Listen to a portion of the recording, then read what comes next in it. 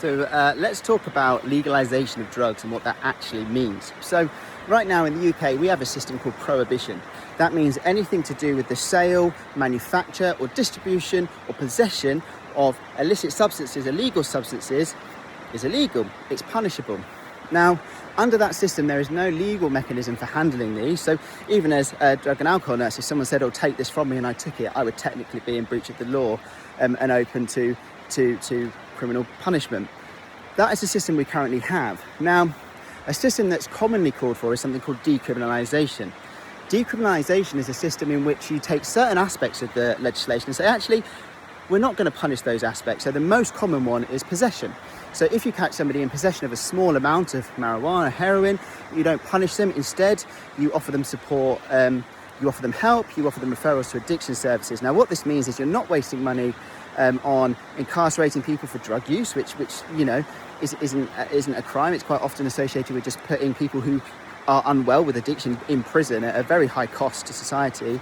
But it's actually supporting them rather than stigmatising them and punishing them. So I think on a lot of levels that makes sense to most people. The United Nations, most royal colleges, most bodies, to be honest, call for decriminalisation of possession. It's a very common stance. However, not many countries have actually adopted it. Now, that's quite common sense. But then when people start to hear about full legalisation, they get a little bit unsure, a little bit worried. And that too is completely understandable, because when we talk about legalisation, what we're talking about is who controls the supply and who regulates drugs. Because when you have prohibition, the sale, distribution, the manufacture of drugs is all left to criminal gangs. Now, one of the big issues that we would solve with criminalisation, like we say, is not punishing the addict, but it doesn't solve the issues of criminal gangs, of county lines, of gang violence, of poor quality drugs and overdose risk because of varying quality, contaminants and drugs. It doesn't tackle some of those issues at its root core.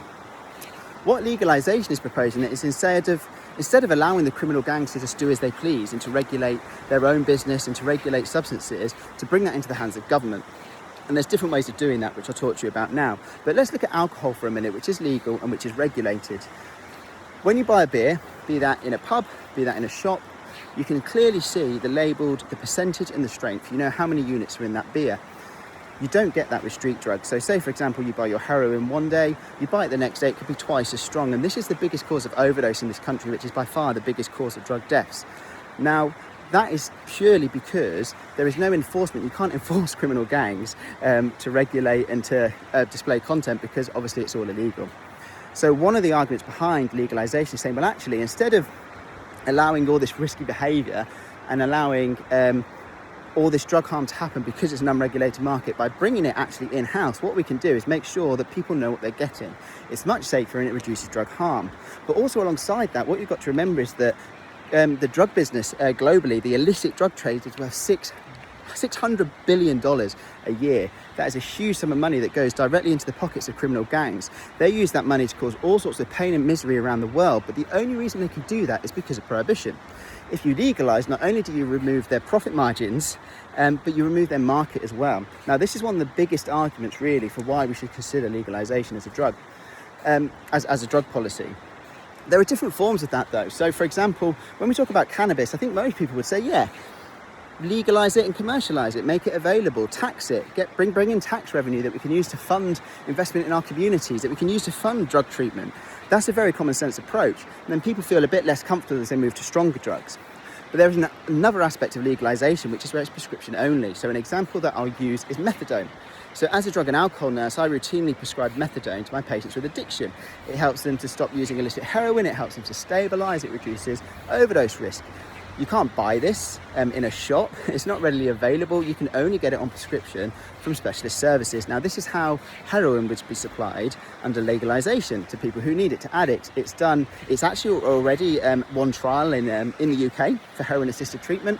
It's done successfully in Switzerland, in Portugal, in the Netherlands, in Germany. It's got a huge evidence base behind it, and it really supports people to stay alive.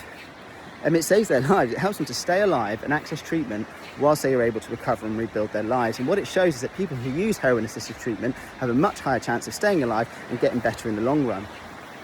So that's not too scary. That's not about having heroin in shops. That's not about having access to drugs easy for our children. In fact, it's always harder to buy illicit substances or to buy drugs when they're legalised rather than when they're not. So let's look at, if you send a 16-year-old to the shop to buy alcohol, they won't get it because it's regulated. The shop won't risk losing their licence.